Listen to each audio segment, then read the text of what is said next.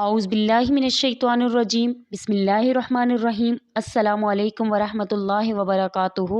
نور point کے پیارے بھائیوں اور بہنوں، میں امید کرتی ہوں کہ آپ سب خیر و عافیت سے ہوں گے۔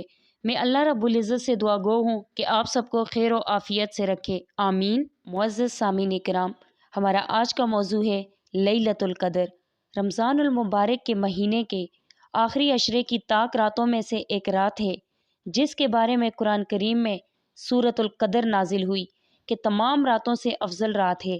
چنانچہ اللہ رب العزت کا ارشاد ہے کہ بے شک ہم نے قرآن کو شب قدر میں اتارا، اور تمہیں کیا معلوم کہ شب قدر کیا ہے؟ شب قدر 1000 مہینوں سے بہتر ہے۔ اس رات میں فرشتے اور جبرائیل اترتے ہیں اپنے رب کے حکم سے ہر کام کے لیے، اور سلامتی ہے صبح چمکنے تک۔ اس کے علاوہ حضرت ابو ہریرہ رضی اللہ تعالیٰ عنہ سے روایت ہے کہ نبی علیہ السلام نے فرمایا، جس نے لیلۃ القدر میں ایمان اور احتساب کے ساتھ قیام کیا، اس کے گزشتہ گناہ معاف کر دیے جاتے ہیں۔ تمام راتوں سے افضل ترین رات لیلۃ القدر کی رات ہے، جس کے معنی قدر اور منزلت کے ہیں، یعنی انتہائی تعظیم والی رات۔ مفسرین کی رائے کے مطابق یہ رات رمضان المبارک کے آخری عشرے کی طاق راتوں میں ہے، یعنی 21، 23، 25، 27، 29 میں سے کسی ایک رات میں ہے، لیکن غالب گمان 27ویں شب کا ہے۔ اور بعض مفسرین کے مطابق اگر یہ ایک رمضان میں 27ویں شب ہے تو اگلے رمضان میں یہ کسی اور طاق رات میں بھی آ سکتی ہے۔ اب اگر اس رات کی فضیلت کو دیکھا جائے تو 1000 مہینوں سے افضل اس ایک رات کو کہا گیا، یعنی اس ایک رات میں کوئی شخص عبادت کرتا ہے تو اس کی عبادت 1000 سال کے برابر ہے۔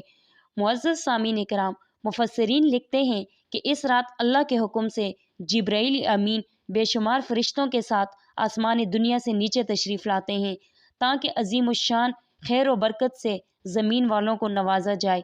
اس مبارک شب میں باطنی حیات اور روحانی خیر و برکت کا خاص نزول ہوتا ہے، یعنی اللہ ان فرشتوں کے ذریعے اپنے بندوں کو چین و سکون اور دل کا اطمینان عطا فرماتے ہیں، اور یہ سکون اور اطمینان صرف وہی لوگ محسوس کرتے ہیں جو اس رات کی تلاش میں رہتے ہیں۔ اس لیے ابن ماجہ کی ایک حدیث ہے کہ نبی پاک صلی اللہ علیہ وسلم نے ارشاد فرمایا کہ تمہارے اوپر ایک مہینہ آیا ہے جس میں ایک رات ہے جو 1000 مہینوں سے افضل ہے۔ جو اس رات محروم رہ گیا گویا ساری بلائی سے محروم رہ گیا۔ ایک روایت میں ہے کہ جبرائیل علیہ السلام اور دیگر فرشتے اس رات عبادت اور ذکر کرنے والوں پر صلاۃ و سلام بھیجتے ہیں، یعنی ان کے حق میں رحمت اور سلامتی کی دعا کرتے ہیں۔ اس رات کی فضیلت کا اندازہ سورۃ القدر کی پہلی آیت سے لگایا جا سکتا ہے۔ اس رات اللہ نے اپنا کلام نازل کیا اور ارشاد فرمایا کہ رمضان کے مہینے میں ہم نے قرآن پاک نازل فرمایا ہے۔ اس ایک رات کی تو اتنی فضیلت ہے، اور جس مہینے میں یہ رات آتی ہے یعنی لیلۃ القدر، وہ مہینہ بھی رمضان کا ہے جس میں اللہ نے انسان کی عبادت کا اجر بڑھا دیتے ہیں۔ نوافل کا سنت کے برابر، سنت کا فرض کے برابر، اور ہر فرض کا 70 فرضوں کے مطابق بڑھا کر اپنے بندوں کو عطا کرتا ہے۔ یہاں یہ بات سوچنے کی ہے کہ جب اللہ اپنے بندوں کو رمضان المبارک میں اتنا عطا کرتا ہے تو جو شخص لیلۃ القدر کو تلاش کرتا ہے اس کا کتنا اجر ہوگا۔ سامعین کرام، اللہ نے اس مہینے کو اپنے بندوں پر اس طرح تقسیم کیا ہے کہ پہلا عشرہ رحمت کا، دوسرا عشرہ مغفرت کا، اور تیسرا عشرہ جہنم کی آزادی کا، یعنی ان 30 دنوں میں اللہ اپنے بندوں کو ہر طرح سے نوازنے کا موقع عطا کرتا ہے اور ان کو ہر طریقے سے نوازتا ہے۔ اللہ رب العزت سے دعا گو ہوں کہ ہم سب کو شب قدر کی رات عبادت کرنے کی توفیق عطا فرمائے، آمین ثم آمین۔ اللہ رب العزت ہم سب کو دین کی سمجھ عطا فرمائے اور دین کے مطابق زندگی بسر کرنے کی توفیق عطا فرمائے، آمین۔